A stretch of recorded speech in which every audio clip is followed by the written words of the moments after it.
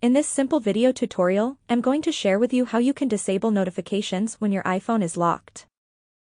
You can simply turn off push notifications on your iPhone whenever it's locked in just few simple steps. To do this, simply open up your phone settings.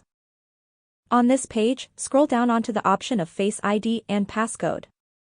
You will have to first enter your passcode. Then scroll down into the section of Allow Access when locked.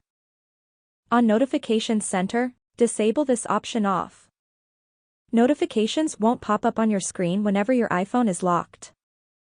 That's how easy it is to disable notifications when iPhone is locked. If you have any questions, just let me know in the comments section down below.